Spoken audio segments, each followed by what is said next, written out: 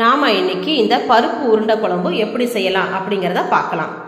கடாயில் நல்லெண்ணெய் ஊற்றிக்கோங்க. நல்லெண்ணெய் காய்ச்சதும் கடுகு போடுங்க. அடுத்தது சீரகம், கொஞ்சமாக வெந்தயம், 5-6 பல் பூண்டு நல்லா தட்டி சேர்த்துக்கோங்க. அடுத்தது வெங்காயம் நல்லா சின்ன சின்னதாக கட் பண்ணி நல்லா கோல்டன் ப்ரௌன் கலர் வர வரைக்கும் நல்லா வதக்கிக்கோங்க. அடுத்தது 2 தக்காளி சேர்த்துக்கோங்க.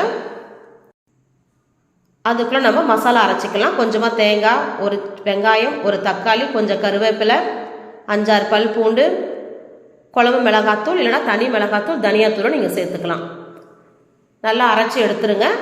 நமக்கு அங்கே வெங்காயம் தக்காளி நல்லா வதங்கிருச்சு. அடுத்தது நம்ம அரைச்சி வச்சுருக்க மசாலாவை அதில் சேர்த்துக்கோங்க.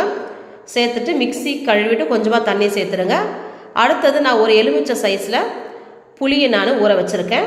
அந்த புளியை நல்லா கரைச்சிட்டு புளி தண்ணியை நம்ம சேர்த்துக்கலாம். அடுத்தது தேவையான அளவு கொஞ்சமாக நீங்கள் தண்ணி ஊற்றிக்கோங்க.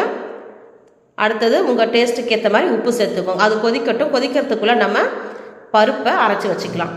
நான் ஒரு 6 மணி நேரம் ஊற வச்சுருந்தேன். இந்த கடலை பருப்பில் காரத்துக்கு ஒரு காஞ்ச மிளகாய், சீரகம், அடுத்தது கொஞ்சமாக உப்பு சேர்த்து அரைச்சிருக்கேன். நல்லா கட்டியாக அரைச்சி குழம்பு நல்லா கொதிக்கும் போது இந்த மாதிரி உருண்டை பிடிச்சி போடுங்க. நமக்கு உருண்டை உடஞ்சி வராது. அது வெந்ததுக்கப்புறம் அதுவே நமக்கு மேலே எலும்பி வந்துடும். பாருங்கள், வெந்துருச்சு.